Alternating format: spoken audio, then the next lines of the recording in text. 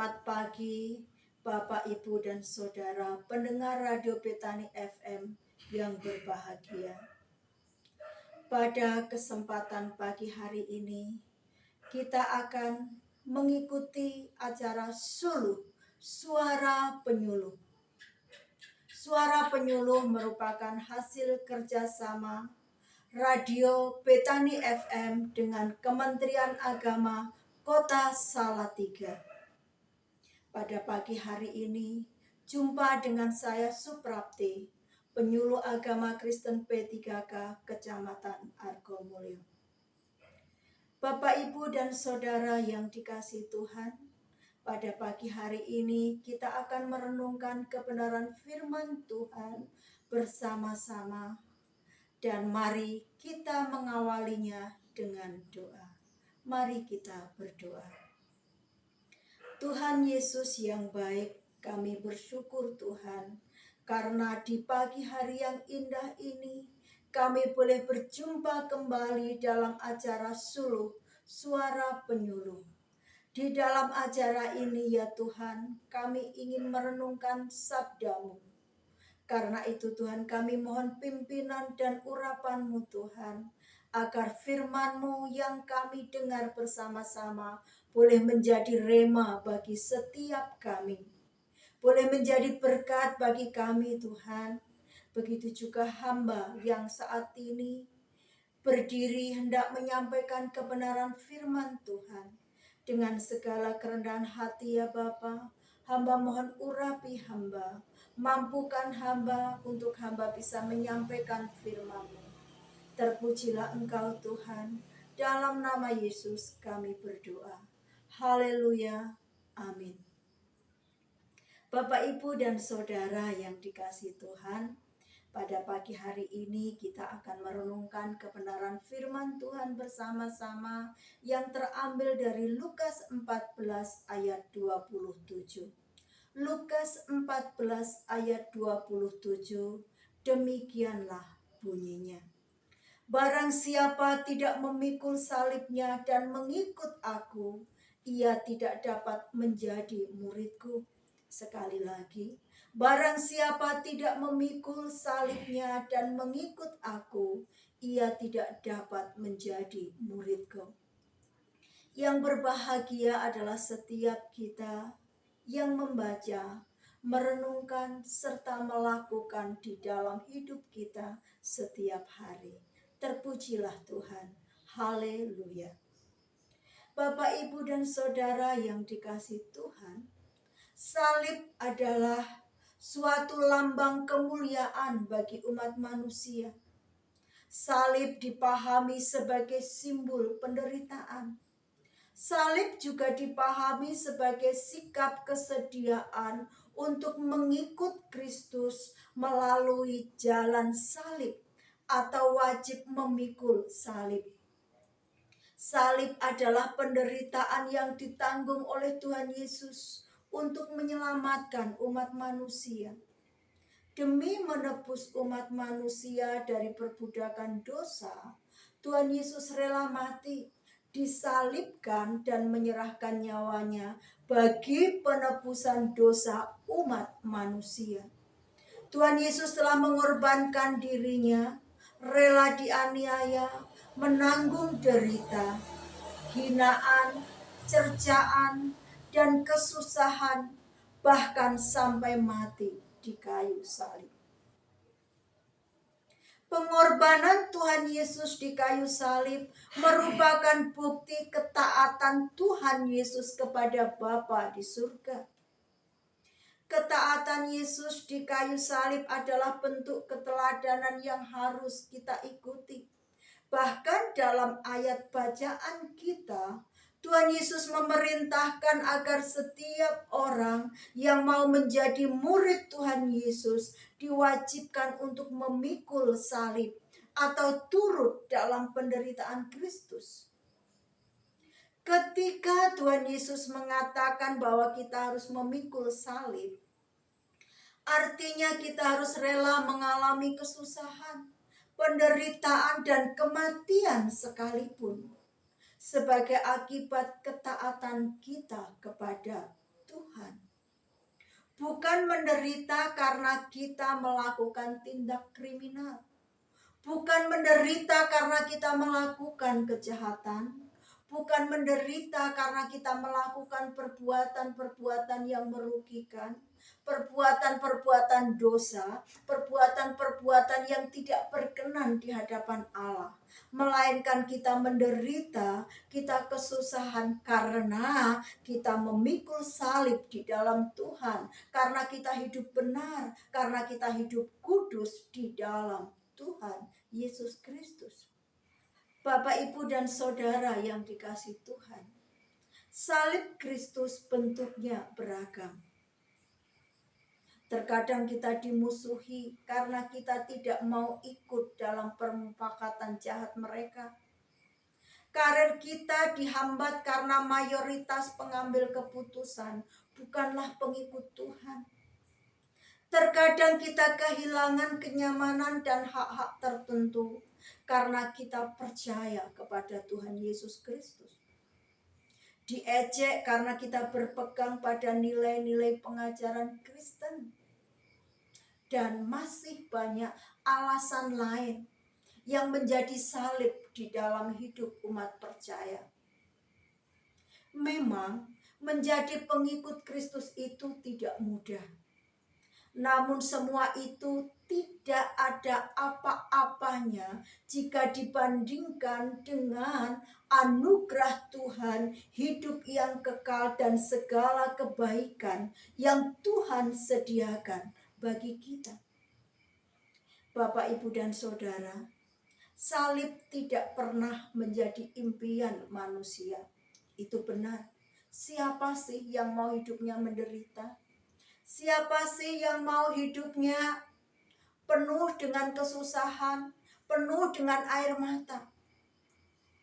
Salib merupakan hal yang ingin dihindari oleh banyak orang. Mengapa?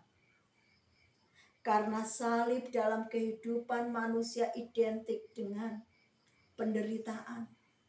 Rasa sakit akibat penderitaan itu sering kali begitu dalam dan tidak bisa hilang begitu saja. Hal ini merupakan sebuah realitas yang kita miliki karena kadang terkait dengan beberapa pengalaman hidup kita yang paling awal. Karena itu bukanlah hal yang mudah bagi kita untuk menerima, merangkul, memikul dan membawa salib hidup kita setiap hari. Kendati demikian, sebagai pengikut Kristus, sebagai anak-anak Tuhan, sebagai gereja Tuhan, sebagai umat yang dikasihi Tuhan, kita harus sadar bahwa yang menjadi hakikat panggilan hidup umat percaya ialah untuk membawa penderitaan itu sebagai milik kita dan memasukkan rasa sakit kita ke dalam diri dan membiarkannya berbuah berkat di hati kita dan di hati orang lain. Jadi Bapak, Ibu, dan Saudara yang dikasihi Tuhan, yang dimaksud Tuhan Yesus saat Ia meminta kita untuk memikul salib dengan tujuan adalah agar mendorong kita untuk mengenal dan menerima penderitaan itu yang khusus dan percaya bahwa jalan menuju keselamatan terletak di dalamnya. Dengan mengambil salib berarti kita bersahabat dengan luka-luka kita, bersahabat dengan berbagai penderitaan dan pergumulan hidup. Memang terkadang kita merasa tidak mampu, merasa tidak sanggup. Jalan yang kita tempuh sudah mentok atau buntu. Tetapi ketika kita bersandar kepada Allah di dalam Yesus Kristus, maka Dia akan menolong dan memberi solusi pada waktu yang tepat. Kematian Yesus di kayu salib hendak mengatakan bahwa Yesus bukan sekedar manusia, tetapi Ia adalah Tuhan yang merendahkan dirinya dan menjadi setara dengan manusia. Dialah Tuhan dan penyelamat kita. Bapak, Ibu, dan Saudara yang dikasihi Tuhan, dalam kehidupan ketika kita memandang salib, tentu terdapat beragam pikiran tentang salib itu. Namun barangkali kita tak menyadari bahwa di dalam salib itu ada suatu kehidupan. Dalam artian melalui salib itu hidup kita diubah, hidup kita diperbarui. Salib yang kita pasang di rumah bukan hanya sekedar simbol, tapi mempunyai makna yang dalam. Salib adalah sumber kehidupan. Kemana kita pergi, kita selalu membuat tanda salib. Karena dengan salib itu kita mengenang akan sengsara dan wafat Yesus Kristus. Karena dengan salib itu kita turut dalam penderitaan Kristus. Bapak, Ibu, dan Saudara yang dikasihi Tuhan, ingat bahwa salib Kristus, Kristus yang telah menderita di kayu salib, bertujuan untuk menyelamatkan kita. Hidup kita diubah, hidup kita diperbaharui, kita dibebaskan.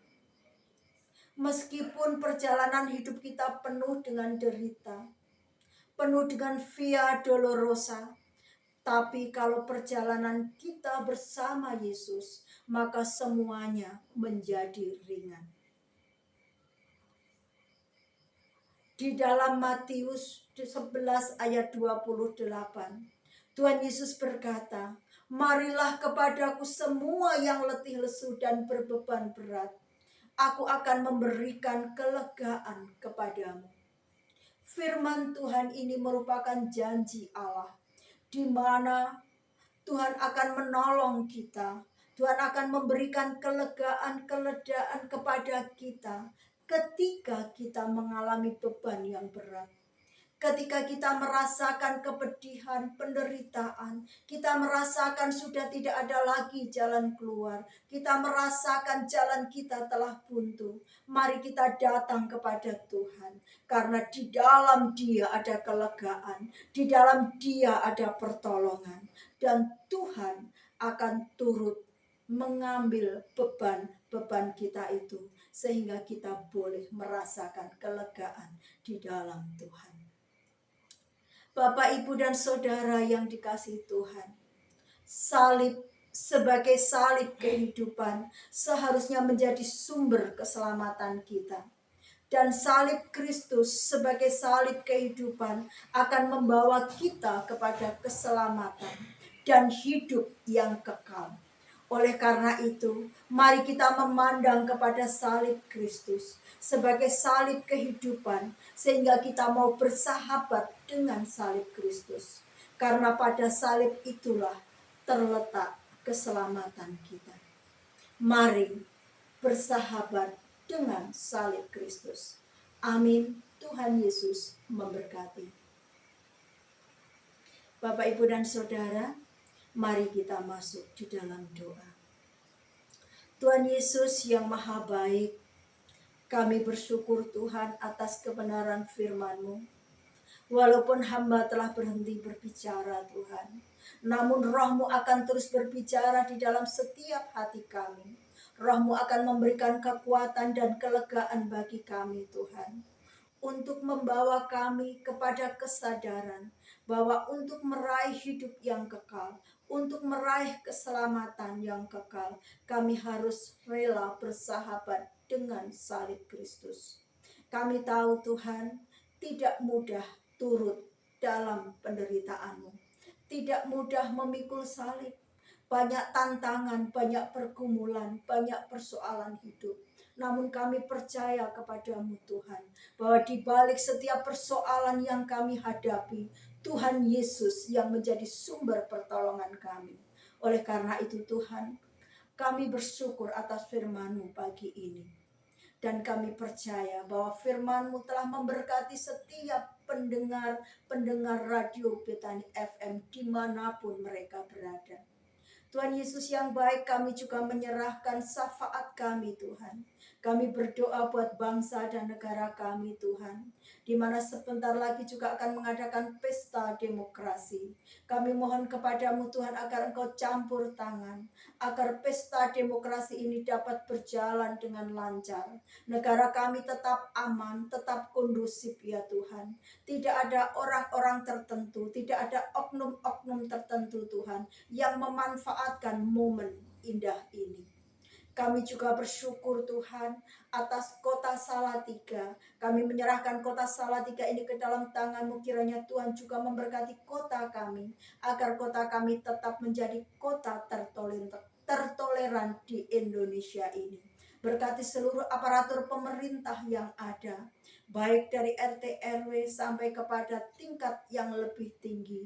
Tuhan akan menuntun, Tuhan akan mengurapi mereka Tuhan, sehingga mereka boleh melayani masyarakat dengan penuh sukacita. Kami bersyukur atas Radio Betani FM Tuhan. Biarlah Tuhan juga akan bekerja. Tuhan campur tangan untuk mewujudkan program-program Radio Betani FM ini Tuhan. Sehingga radio ini tetap mengudara dan jaya. Berkati seluruh pribadi-pribadi yang melayani di radio ini. Biarlah setiap anak-anak-Mu yang melayani boleh Tuhan pakai dengan luar biasa. Boleh Tuhan berkati ya Bapa. Kami juga menyerahkan Bimas Kristen Kantor Kementerian Agama dan para penyuluh agama yang ada. Biarlah Tuhan memberkati setiap kami. Tuhan mengurapi setiap kami Tuhan, sehingga kami tetap taat dan setia melayani Tuhan. Tuhan Yesus yang baik, inilah doa syafaat kami Tuhan yang jauh dari sempurna. Kami panjatkan hanya di dalam satu nama, Tuhan Yesus Kristus. Haleluya. Amin. Bapak, Ibu, dan Saudara yang dikasihi Tuhan, sampai di sini jumpa kita. Kita akan berjumpa kembali minggu depan di dalam acara yang sama. Shalom, Tuhan Yesus memberkati.